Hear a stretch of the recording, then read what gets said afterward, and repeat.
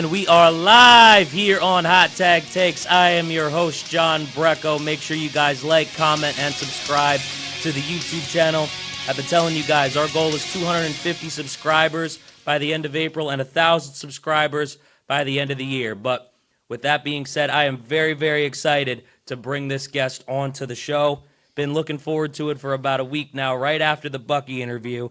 And I'm very, very excited to introduce him. So without any further ado, the guest I'm about to bring on is a man trying to look out for the state of New Jersey. His family moved to New Jersey from Egypt at 3 years old, and they never left. He's a graduate of Rutgers and Rutgers Law School. He's a lawyer, business owner, husband, father, and he's a candidate for assembly here in New Jersey. Ladies and gentlemen, give it up for Adam ELIAS.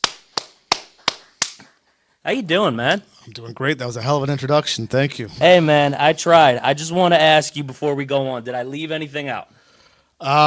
No, I think you hit it all. We got the husband in there, right? Sometimes I did. Forget that I'm married to a wonderful woman named Karen, so it's good to... I'm sure I'm going to forget that in about a month. It's actually a month tomorrow that I'm out for my wedding, so... Congratulations. Thank you, man. I appreciate it. But me and you have a lot of different things to talk about. You could tell just from the introduction. First of all, I apologize for the Wawa coffee. I was actually out getting the fiance food, which had to come first. I understand, but let's just not make it happen again with the coffee. Yeah, no, I'll definitely try. I will say this, though. Wawa is very conveniently next to my house, so it feels like they're kind of setting you up a little bit. That's the idea. Yeah, man. But you got a growing law business. You've got 10 full-time employees at Elias and Gonzalez on Forest Gate Drive. I found that interesting because I work full-time as a swim instructor, right? And I actually work on Sundays over Forest Gate Drive on 130, the Monroe Courtyard Hotel over there. Sure. Yeah. My daughter did some lessons there a couple of years back. But, yeah? Yeah. We found that she wasn't too good on the one-on-one setting. She learns better with a group, you know.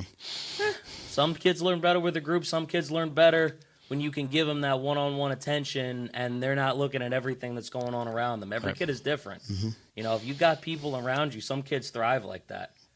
Yeah, so we started her in dance. She really liked that with a small group of girls. And this year, we enrolled both our daughters. Addison, she's now 5. Alina's 3. We enrolled them in the Monroe Pop Warner cheer program. Monroe has a very competitive cheer program. They go to nationals almost every year to the point where in August, when we're starting the program, they're already scheduling the meeting about the nationals trip in December because they already know that they're going to be going to Florida. Yeah. No, I'm sure, 100%.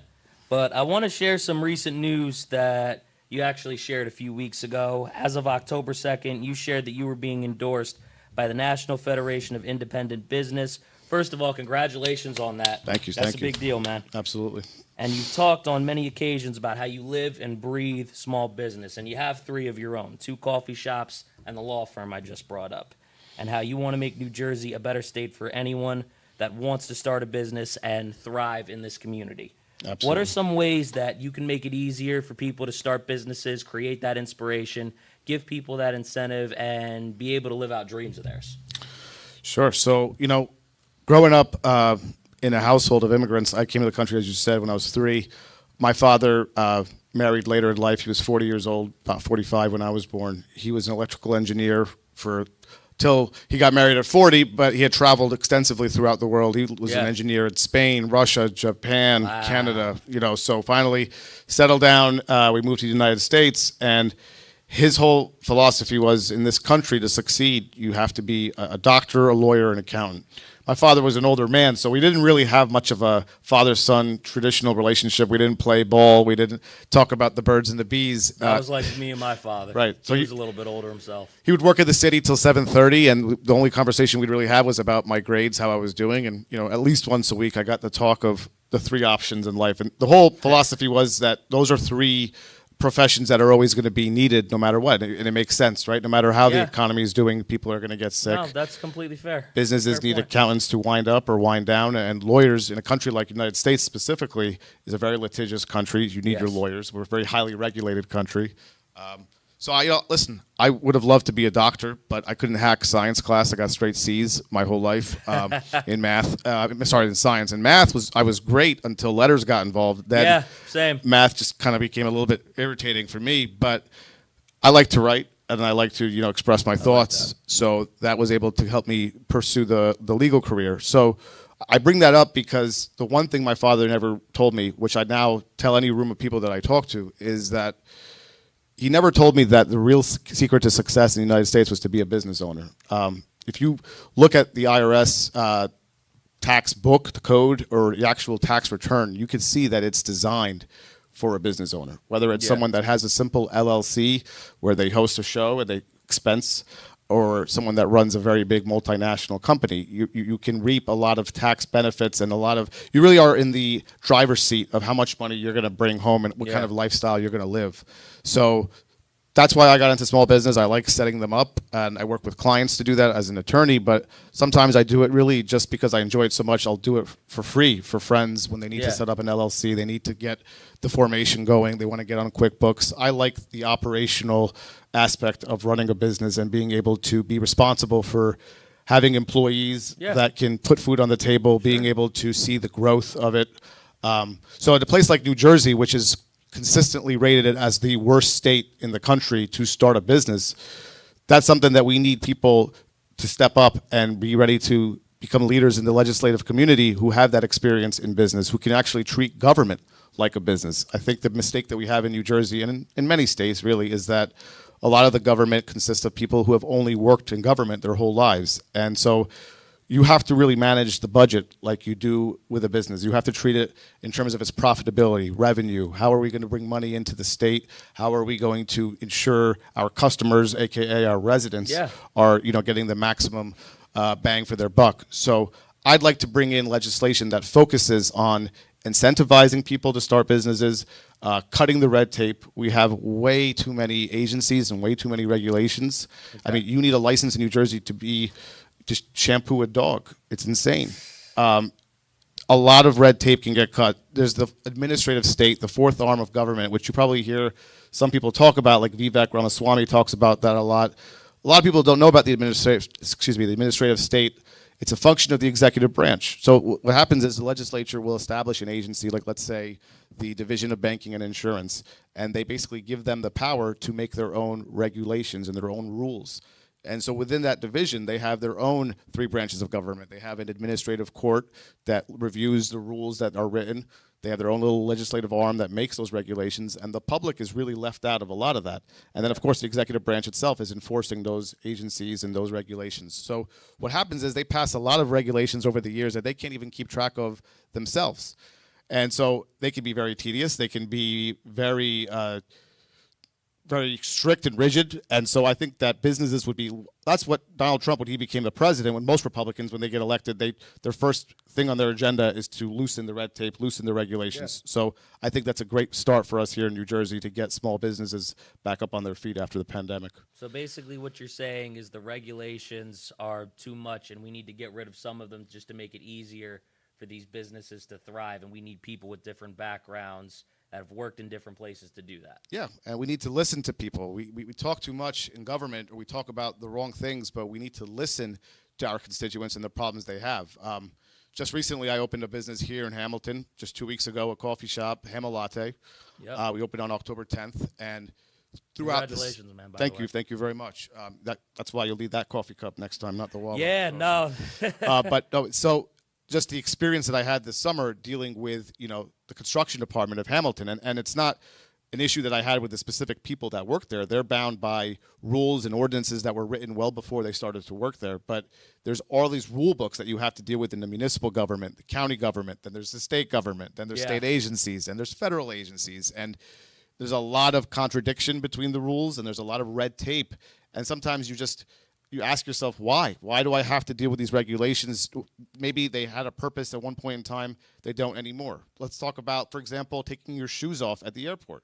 I remember, I think I took a vacation in 2021, and I'm standing there on the line with a mask on and my shoes in my hand, and I'm looking around like, why are we still taking our shoes off? This is something, I understand there was a shoe bomber 20 years ago, now 23 years ago, but that's a regulation that perhaps could be revisited. Like, had they run reports every year about the number of incidences of things that were found in shoes? Probably not. So a lot of these regulations keep getting added onto, and we don't really do anything to make it any easier. Yeah. And it's not just in business, right? It's just our day-to-day lives as regulations, any application that we fill out. I hear what you're saying about the whole shoe bomber thing, how you'd want them to kind of take just a little bit of a rapport to see what they find in shoes, just to kind of make it a little bit easier and see if we actually need this regulation to kind of, or if we can back off on it. I like what you're saying. And I see some airports like Newark Airport. I know when they get a little bit busier in their peak hours, they will sometimes waive that requirement because they know practically that they have to get people through to get on their planes. So to me, when I see that little bit of room for relaxing the rules, I don't understand why they can't just go a little bit further with it and revisit it.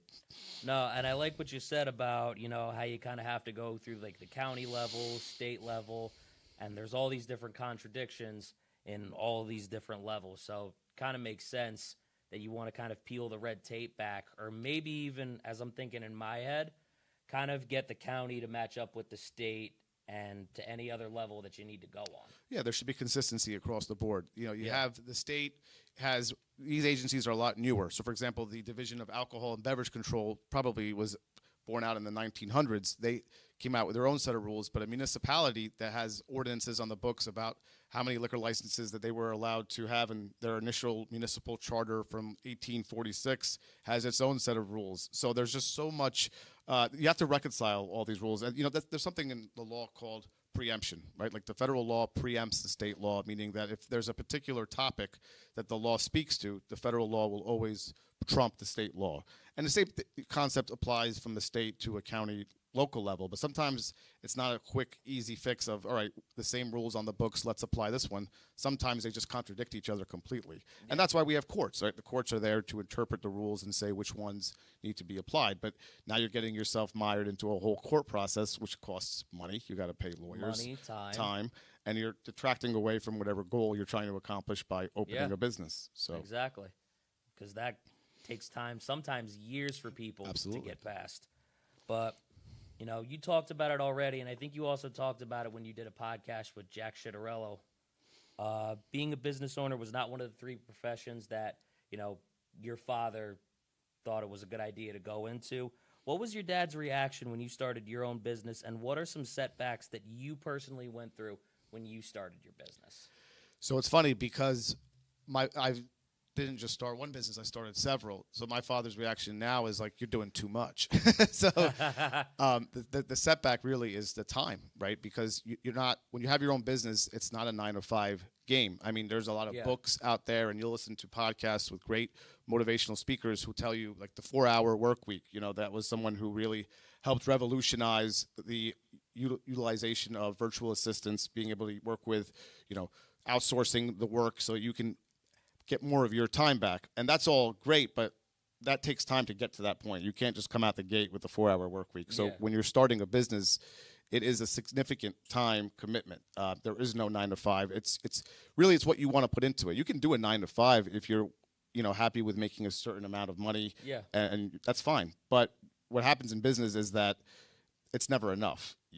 I recall before I opened my first law practice, I had prepared a budget of what I needed to make in order to cover what expenses I had at home. And before I knew it, I had a rent bill within the first 3 months, my first staff member within the first 6 months. So expenses start to go up. You live a better lifestyle. And that's what I mean when I say when you have a business, you really get to decide what you want. So I think of a W-2, a salary, you live within the confines of that number. When you're a salary paid employee, that salary dictates what you can and can't do. Whereas when you're self-employed, you decide, all right, this is what I want to do, this is what I want to accomplish, so this is how much I want to make. So the more that you really want out of your business, the more time that's going to come, that you're going to have to put into it, to finding customers, to managing the books. At some point, you have to know when to let go of what and trust people and have good people that you're surrounded by that can do things and take things off your hands. But it's like having a baby, and you really are afraid to let go of your baby and put it in the responsibility or in the arm of someone else, because at the end of the day, the buck stops with you as the business owner. Of course, 100%. So what are some of the setbacks, though, when you started your businesses, right? Because there's a lot of people that want to take that leap, but may not necessarily be willing to take that risk as of yet. What are some setbacks when you started your businesses so maybe people can be a little bit more at ease when it comes to taking a leap like that? It's funny that you asked that, because the biggest setback I would say to someone is the legal part of it, which frankly I'm able to kind of take care of, right? I've been able to expand my knowledge base where I've I look into the accounting and the tax code. I like to see the changes and how they affect business. Sometimes when I'm consulting a client, I'll always advise them you should really speak to an accountant, but I can still lend some of my expertise to answer certain questions that apply there. Yeah. So if a person's coming in to start a business and they don't, a lot of people will call me and they say, I need to open an LLC. And I say, oh, you started a business? Well, no, not yet. You have customers? Not yet. You have a product? You have anything? People think that the first thing they need to do is start an LLC, and that couldn't be further from the truth. That's just really one of the last things you have to worry about. You got to have a concept. You got to have money coming in. You can't just start an LLC. That doesn't make you a business owner. You got to have a payroll. You got to have a need. And the LLC is really just it's really a form of organization for tax purposes, right? It does not create. You can have your own company as a sole proprietor. You could have Adam Elias Legal Services right on my own tax return without the LLC or the Inc. or whatever that's followed by it. You just got to start making money. You got to start somewhere. Yeah. So I think the biggest challenge, I think setbacks that people have is thinking that they need more than they actually need because of what they read on the internet, because of what people are telling them in blogs. But as a lawyer, I prepared myself for a good amount of time to start my business. So the setback for me was just the unpredictability of the first few months of what money was going to come in and when bills were going to get paid. But I was fortunate enough to have done the preparation that it came in a lot quicker, and I was able to figure out what I needed to do and scale a lot quicker. Okay. Well, that makes a lot of sense, 100%. So there's a lot of different issues with New Jersey. There's a lot of good and there's a lot of bad, honestly, when you think about it. And I watched a lot of different things to get ready for this. So first up is a show called Agent Spotlight with a guy named Jason Rivera. And you said in that, because for a little bit of context for everybody, the kind of law you do is real estate law, correct? Our law firm, we focus on 3 areas. Personal injury is what the main focus of the law firm is. My partner, Danny Gonzalez, and I each have our own little practice niches that we have for our day-to-day expenses. The personal injury is more of the broader business model. Okay. But I kind of built a niche in real estate. Before I partnered up with Danny, I started my practice March 2017. My intent was to be an estate lawyer to help administrate estates of people once they've passed away and help settle their affairs. What I learned very quickly was that as a young lawyer, many people didn't trust managing their affairs with someone that was only a few years out of law school. So when you start your own practice, usually you'll start a general practice. If you're younger, I think lawyers later in their career at that point may pivot to their own practice if they've done a specific thing for a long time. I had only been a prosecutor briefly and a civil insurance defense lawyer, so I was more open to different areas. So real estate came my way, a real estate closing came, I handled it quickly. And then another one came, and real estate business is about relationships and getting those referrals. Yeah. So after a while, I said, this is what I'm going to really focus on, double down on. And so, real estate became my primary practice as a real estate transactional attorney. Yeah. And you said real estate agents have to stand out by basically knowing as much as they can, which I feel that applies, honestly, anywhere.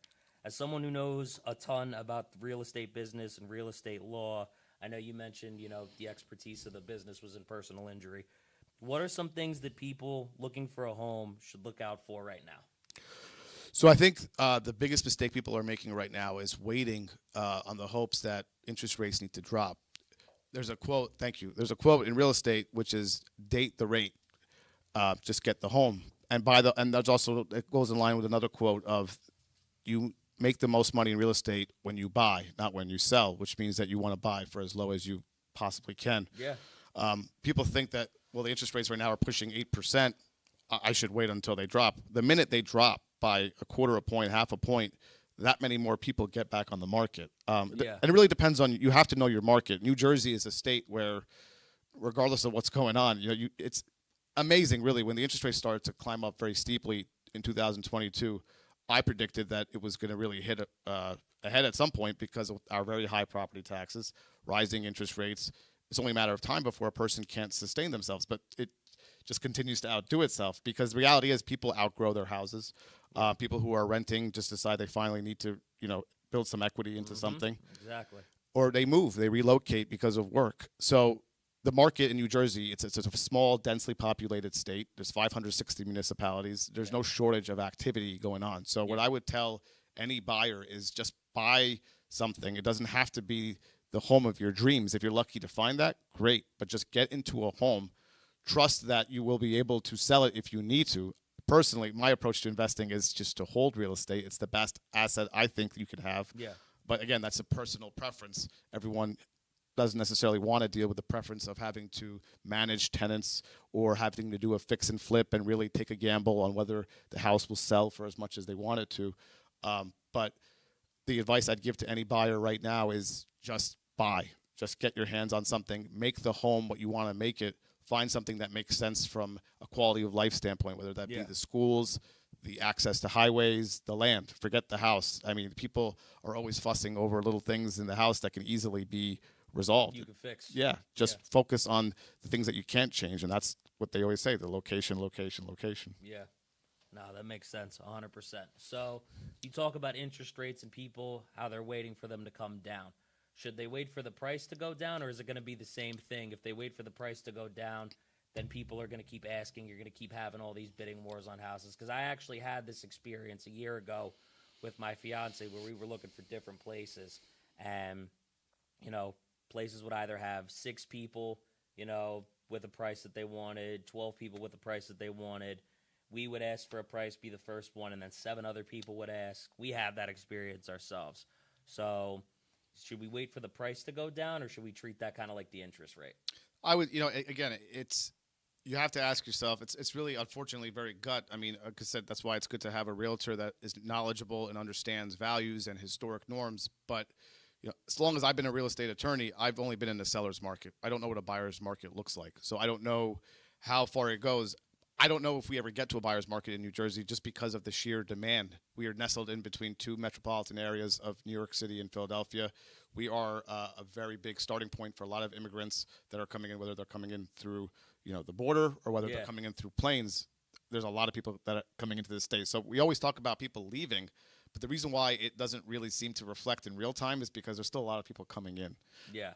So for the prices, you want to buy the house for a price that you're comfortable with. Know what your monthly payment is. Whatever monthly payment between the interest, the insurance, and the taxes. If you don't have children, you know, we bought our first home about 2 months before my wife and I got married.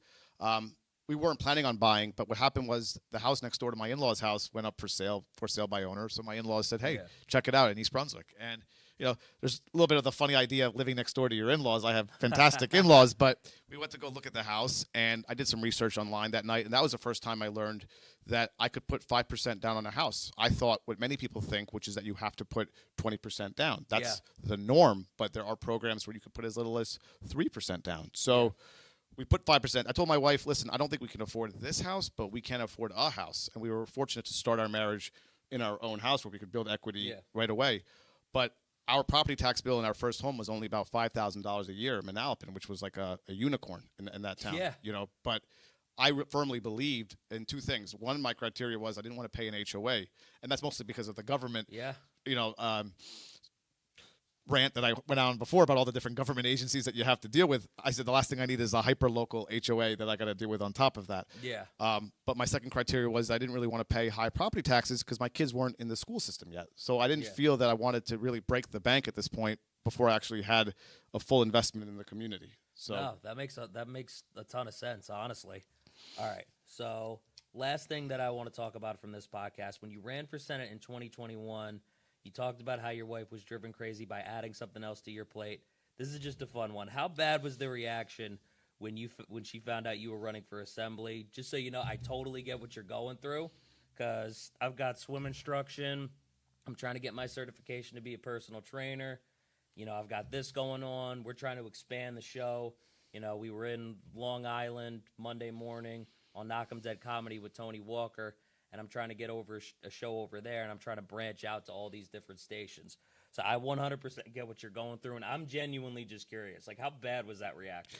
So, you know, when I first started my law practice and I made a couple of big moves in the first couple of years, I always tell my wife, I just got to get through this one thing, and then, you know, we'll be all right. And then it got to a point where my wife said, you know, there's always the next thing with you. It doesn't stop. So by the time 2022, 2023 came in where I had to sit her down for the conversation. And, you know, it was definitely a conversation that I was preparing myself for a good couple of weeks because I knew it wasn't going to be easy.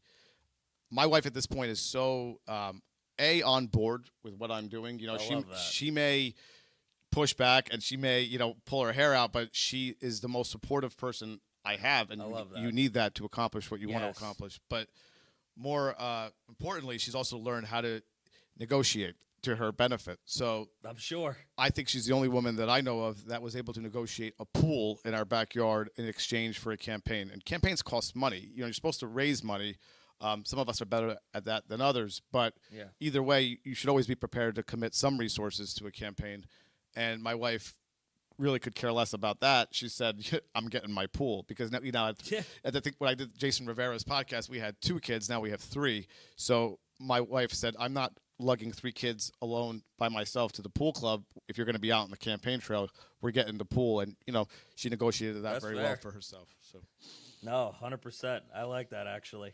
So I want to kind of switch gears a little bit. You also talk about how the education system and how it's not setting up kids for success when they go out into the real world. My question to you is, why did schools get away from promoting trades? Why did a lot of schools get away from programs like VOTEC? Why do you believe schools don't let kids know about these options like they used to? The why, I think it's probably dealing with the political agenda coming, intersecting and interfering with the schools. For some reason, somewhere along the way, the state started to get more involved with setting curriculum, whereas that used to be a function of the schools and the school districts. And now the state is setting policies down, and you have districts that are disputing policies or, interpreting them differently, and it's becoming a lot more micromanaged than it used to be. Okay.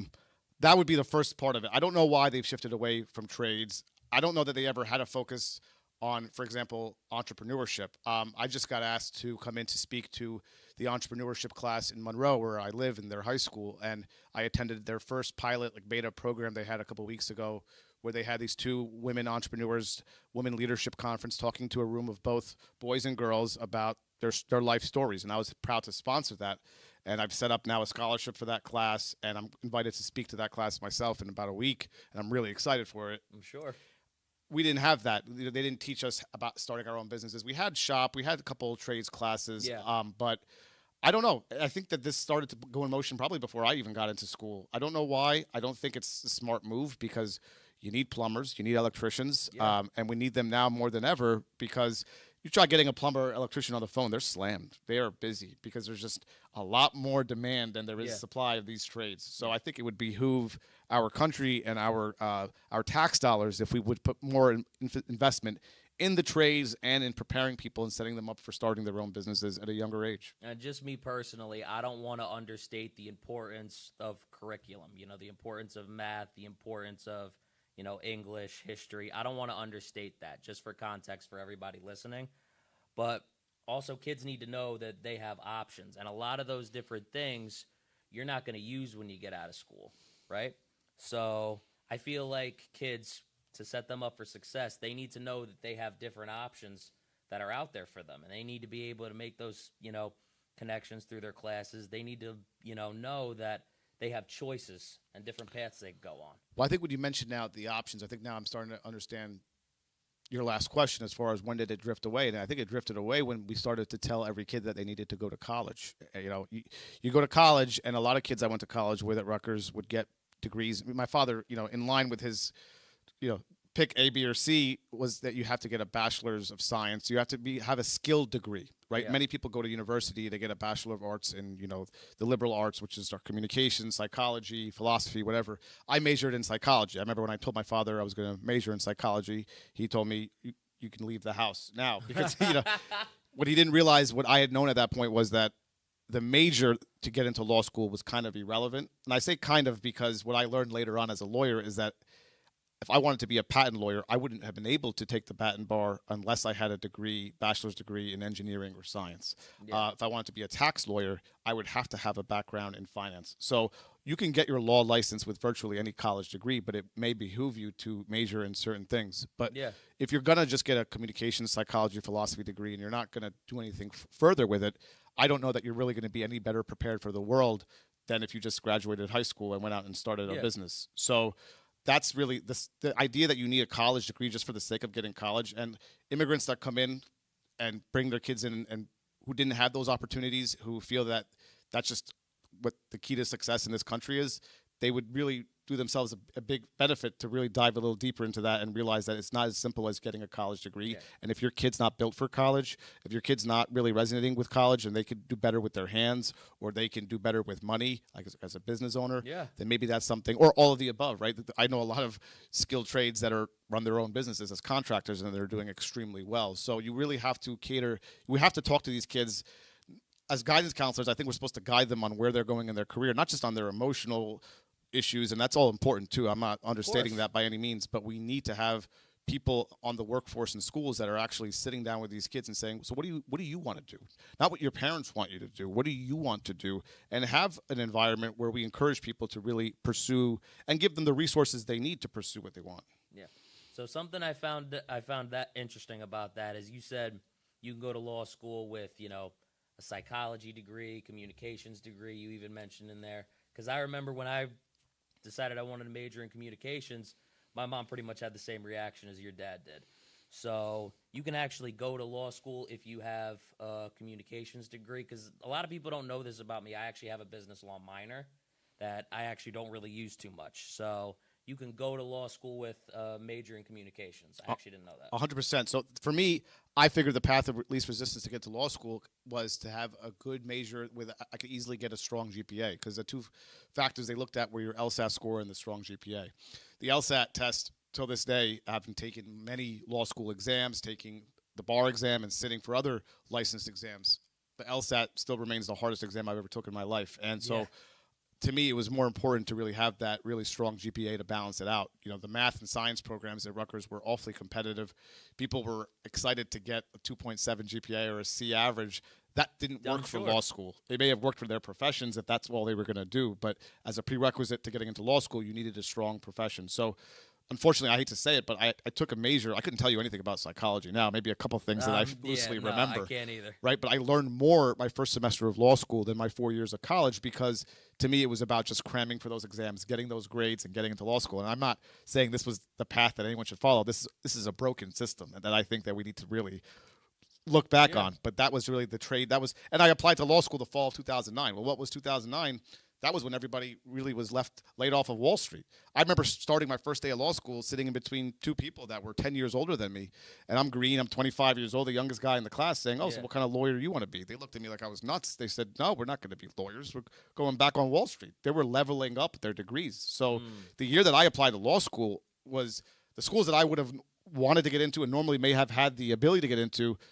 I had applied to 12 different schools because they were so competitive that year. The enrollment was out of control because of so many people that just wanted to level up and be more competitive during the Great Recession. Got it. Makes sense. So another issue that you talk about with the school system is that the funds for schools are not evenly split.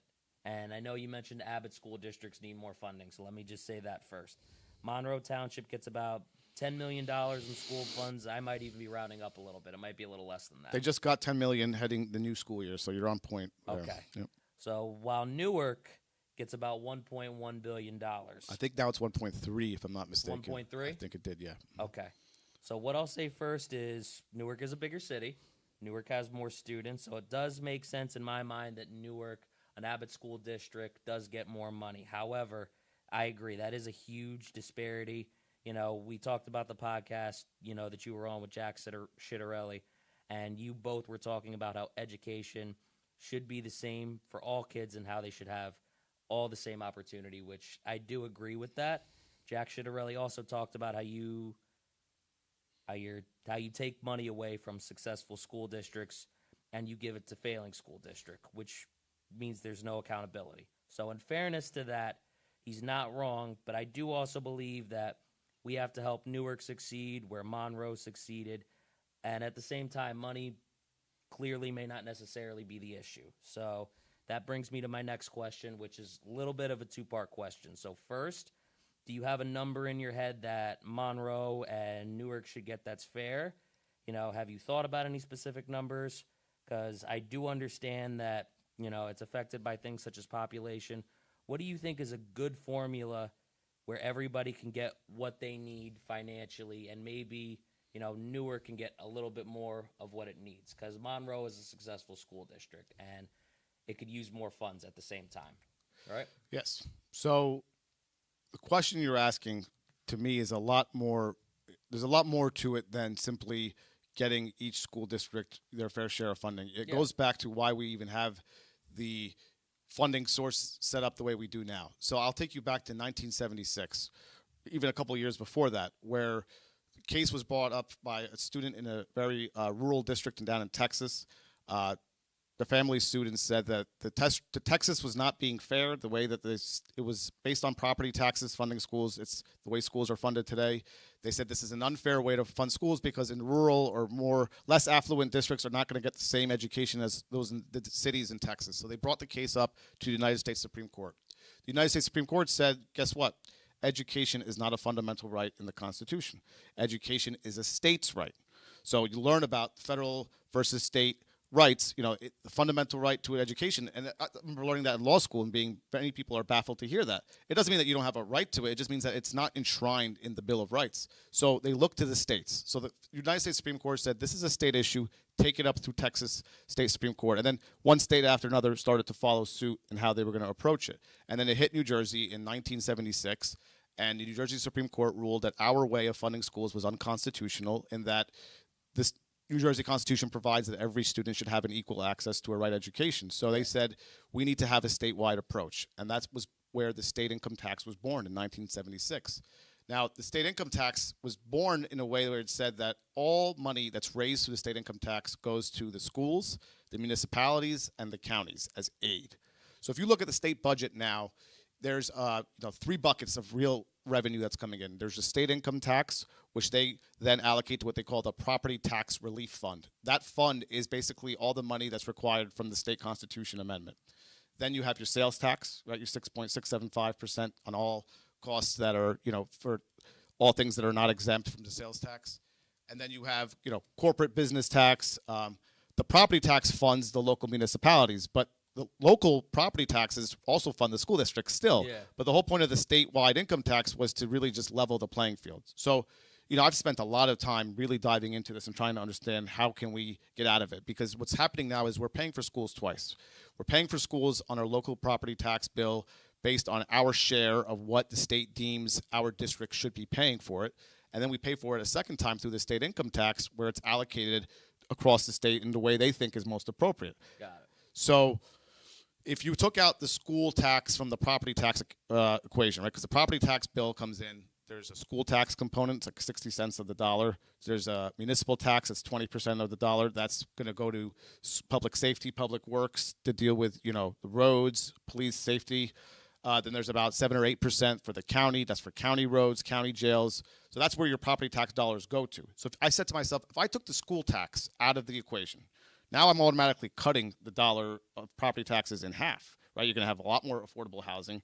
You're, in Monroe, in a lot of towns where there's aging populations, where people are just tired of seeing their property tax bills go up, you're not going to have that problem anymore because the reason why their bill goes up generally is because of the school tax. So you take it all out of the property tax equation. Let's say we just took that revenue we got from the state.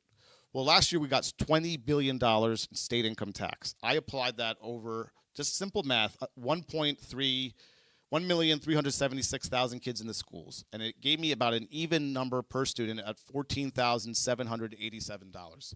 So that's just a baseline. Right. And there are some districts in this state that operate on a $14,787 cost per student.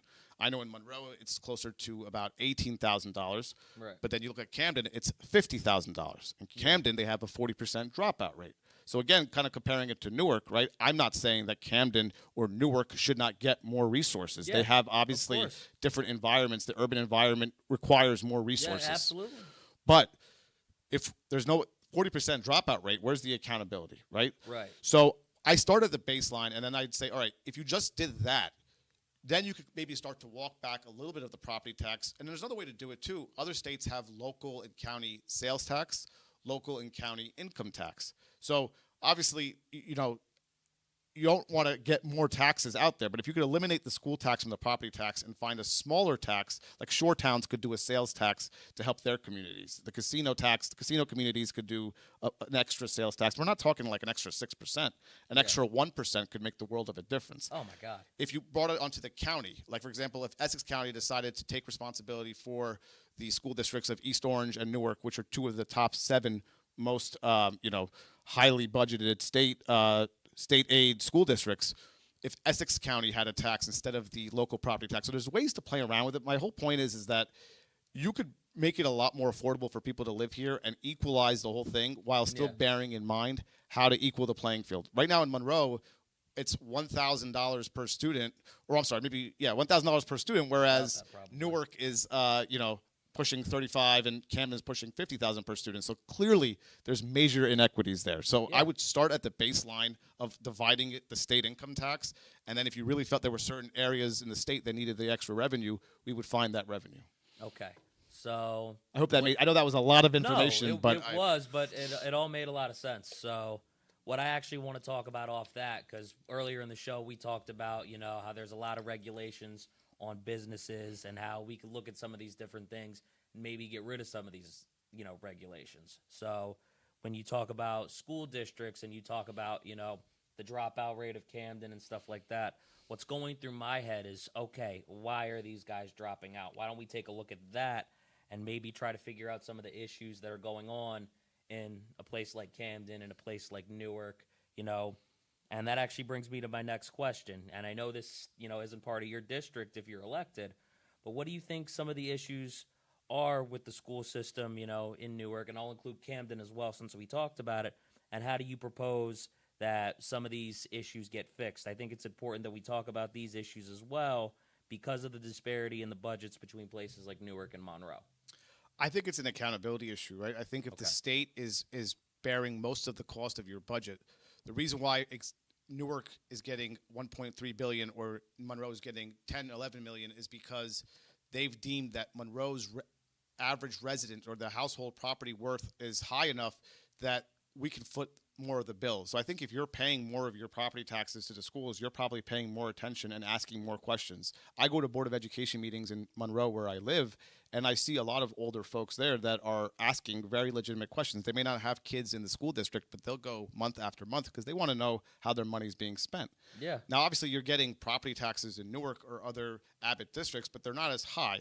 So maybe you don't care, or maybe the reality is in those districts you're working 2 jobs, so you don't have the time to sit in a Board of Ed meeting and find out how the money's being spent, and it's just the same people continue to get elected and nothing changes. So I wouldn't say necessarily, I shouldn't say that people don't care. I think it is really a time factor, right? 100%. And I think if people have the time to go to these meetings, Monroe has a huge retired population, so they have the time. And we've failed 3 referendum in the last 5 years to expand an ever-growing population. You're talking about a town that has experienced a 25% population growth in 10 years. That's the highest in New Jersey for any suburb. And we can't pass a referendum because the significant senior population is saying, look, we retired here. We don't want to pay more for your schools. And I get that. But I also get it as a parent of 3 young children that I'm someone like me who's willing to invest more into the schools. I can't get anything through because a lot of the seniors that live here don't want the taxes to go up. So you have to find a balance. And that's why I talk a lot about taking that school tax out of the property tax bill and tying it to income. The biggest argument against it, and I'll research it I would highly recommend you look at websites like the Tax Foundation, where it's nonpartisan information, where they're really just giving you the numbers and the facts. And they're explaining to you that the reason why we use property taxes is because it's the most reliable form of revenue. But I stop and say, reliable for who? It's not reliable. Because, if you lose your job, sure, you're not paying as much income tax. Or if you lose your job and you can't buy and spend as much, the sales tax goes down. But you still have to pay your property tax bill. So it's not reliable for us as residents, it's just reliable for the people that are spending the money. And I think that lack of accountability, the lack of ability to really be involved and care about what's going on is why nothing really changes in these places. And they just keep throwing more money at it. And I don't know that that's really the solution. It's not the solution. It only fixes so much. Yeah. At the end of the day, if you're not over there in the communities, trying to guide different people, trying to guide kids trying to make better lives for people, then that's not going to fix it at the end of the day. You can throw as much money at it as you want. You actually got to be part of the issue that's going on, and you got to try to be part of the solution for that. Absolutely. 100%. So this is going to be the last question because unfortunately I do have to get to work myself. But I watched the episode of the Nader Narrative with Elizabeth Nader that you did, and I thought it was interesting, man. So anybody looking for info on Adam Elias, by the way, that's 100% a good place to go, and that's 100% a good place to hear him out. I know a lot of these interviews are when you were running for Senate 2 years ago, but still, I think a lot of the same issues apply, and I get that feeling when I'm talking to you right this moment. So, but the last thing I want you to do, you talked about the effects of the Mount Laurel Doctrine and how they impact people today. I don't know all the different effects of the Mount Laurel Doctrine since its inception in 1975. Anyone who knows me knows I'm not the biggest politic person. And me personally, I see a lot of different people talk about politics that choose to cut each other's off and hate each other because that they disagree. And that's a huge turnoff for me. I haven't really wanted to get involved with it because, why am I going to talk to somebody that's just going to lose their head and lose their cool when you don't agree with them? What I do know, and we've talked a little bit about this, is me and my fiance have tried to look for an affordable house over the last couple of years, and we've been unsuccessful. Since I've become a swim instructor and been able to do that full time, I'm in a little bit better position. I'm able to save. I've been looking at places I can invest. Where can I put my money so that it can make money for me? Bank incentives, CDs.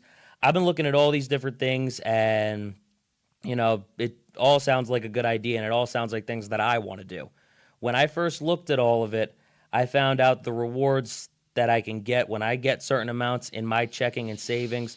That by itself, I'm not even talking about actual investments, may make it worth it for us to sign a new lease and stay where we're at for a little while longer. And I know people worry a lot about, the price tag of an apartment when you stay there for, 3, 4, 5 years, how it continues to go up. But for me personally, and, this doesn't always apply to everybody else, this just applies to me, that might work for us.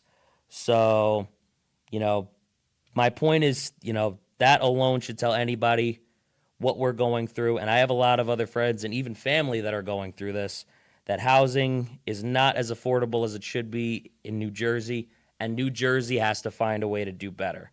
So when I did do some research on it, I found out Bill Spadia of New Jersey 101.5 was calling for the doctrine to be revoked because of what he believed to be unnecessary developments, and it was causing increased tax burdens, which he believed was unfair.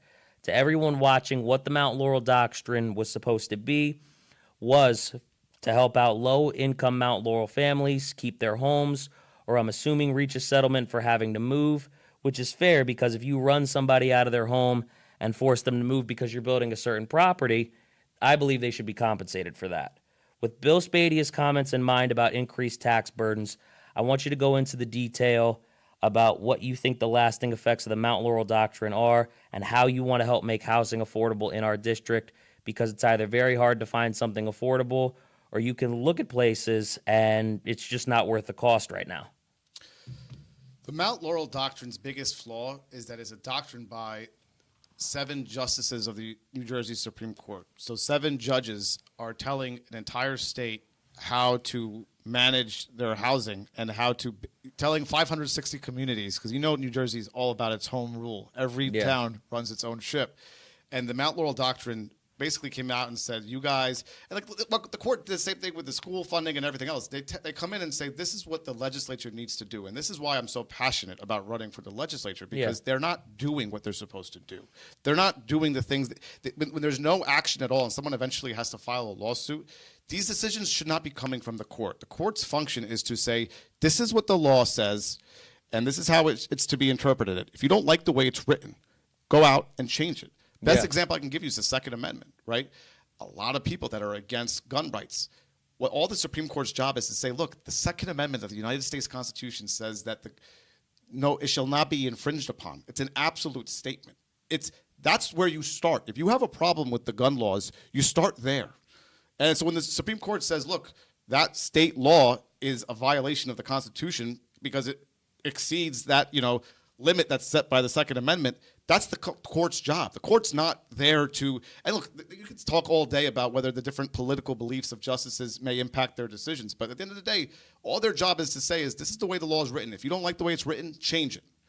So the way laws get changed is by having legislators and Congress members that are actually doing something productive as opposed to just politicking and just throwing mud on each other. I completely agree with what you're saying, the reason why it turns off so many people. And we don't need to know more than every day we go knocking on doors and we see it. We see it in people's eyes. We all are in our political echo chambers of people that are in our political parties and the people that we talk to at these events. But the greater majority of people, this is not a blue state. It's an apathetic, independent, unaffiliated, I don't care. It's a very mixed state. But a lot of people are just turned off from it. They don't care. I agree. And the reason why they don't care is because we're too busy aiming at each other's differences. We had a line 2 years ago knocking on doors where I would put out my literature, I would put out the things about me and what was important to me as a parent, as a business owner. And people would be flipping the card around trying to see, well, where's the tagline? Are you Republican or are you Democrat? And I'd say, listen, I'm on the Republican ticket. And when they go to, some people would not even want to hear it because, former President Trump had a very lasting impact on what it means to be a Republican. And I'd say, listen, red team, blue team, our dollars are green.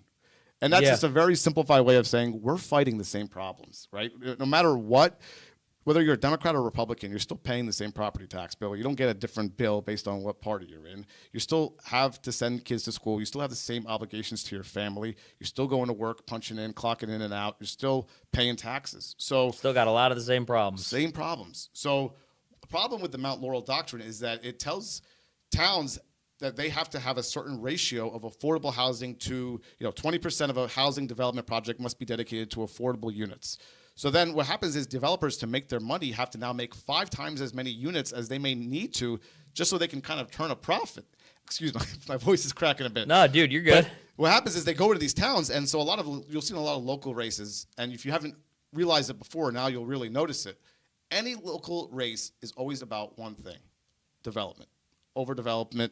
They're always targeting that the winning team is getting funded by developers because that is the name of the game. Developers are going into towns that will allow them, or they have the space to develop significantly to A, satisfy the Mount Laurel Doctrine obligation of 20%, and B, give them enough land. So they're going into towns where the towns will approve of these projects based on whether or not they're getting the campaign dollars to enable them to do that. So the way to make affordable housing, and I say this a lot, the way to make housing more affordable in New Jersey is to make New Jersey more affordable. It is the biggest oxymoron we live in today, where we say that affordable housing is actually, that whole concept is what makes housing less affordable. Because we need so many more units, well, guess what? We need to upgrade our infrastructure. That means we need to get new sewage, new water pipes, new electric grids. That all costs money. And that's not money that these developers are necessarily paying for. A lot of towns, they're waiving the fees for them. It's called impact fees. If you're going to go put a huge development into a municipality, there's an impact that's being created. Well, a lot of these developers get these fees waived because of whatever deal they were able to work out in the town. So to rebuild that infrastructure, where do you think that cost goes to? That cost gets passed on to the taxpayer. So the taxes go up, right? And then housing becomes more unaffordable again. If I'm personally a real estate investor, I own properties where I'm not looking to profit off anyone. I'm happy to make just enough money to cover my bill at this point because these are long-term investments for me. But I have to still charge enough rent to cover my mortgage. Yeah. So if I'm having a mortgage with an 8% interest rate, with a property tax bill that in some cases is even higher than the principal and interest, it is what it is. I have to do that, right? I don't know of any landlords that are really raking in serious cash over, swindling their tenants, unless of course they've had the property for many years and they don't have a mortgage on it. But they're covering their obligations primarily. And so the more we have to build and build and build because of the Mount Laurel Doctrine, the more unaffordable the housing actually becomes. Whereas we can look at structural ways of making it more affordable by taking the school tax out, by finding ways to, there's talks of consolidating school districts or shared services. There's ways of making the cost of government cheaper, because that's what the cost of living is all about, the cost of government. So if we can reduce the cost of government, run government like a business, we can immediately see housing become more affordable. It just will happen as a matter of time. But we have to be willing to take on difficult decisions, be the adults in the room, and be ready to do that. And I don't think electing the same people over and over again for decades is going to get us any closer to that solution. That doesn't show that accountability. No, it doesn't. Like you were talking about with the school districts. But what I want to just say in closing is I appreciate you coming on. I appreciate you being willing to work with different people, hear different people's points of view, and I appreciate you putting an emphasis on that. So I want to say thank you for coming on and thank you for that personally. I think- appreciate it, man. I'm grateful for the opportunity because not a lot of people know who their state candidates are. They don't know what goes on the state level. State politics has more of a day-to-day impact on your life than anything that goes on in Washington, D.C. I assure you that. So I encourage you, your listeners, to really engage in their local. And we've seen a lot of that start during the pandemic where a lot of local policies are affecting people's day-to-day lives. Yeah. The people that you elect to the school board, that you elect to council, to mayor. I know you had Bucky recently on last week. I know Great guy. you and Bucky so far, and that's pretty much it. And Bucky's a guy that just wants to be the sheriff of the county. And to Bucky's point, I don't know who the sheriff of the county is. I've never seen him before. Yeah, I had no idea who he is either. But Bucky's putting himself out there, and he says, you should know who your county sheriff is, and I believe that you should know who your state assembly people are and your state senators are. These are the people that are directly going to help your day-to-day life. So it's important to get engaged. I commend you for taking the time to sit down and ask those important questions, and I hope people are listening and will take that information and do something with I wish I got to get through the list, to be honest with you, but either way, I appreciate the time that you came, that you put out of your busy schedule to be here today. And I appreciate Ruben for putting this podcast together. This has been Hot Tag Takes right here on HamiltonRadio.net channel HR2. One more time, like, comment, subscribe. Get us to 250 by April. We're out.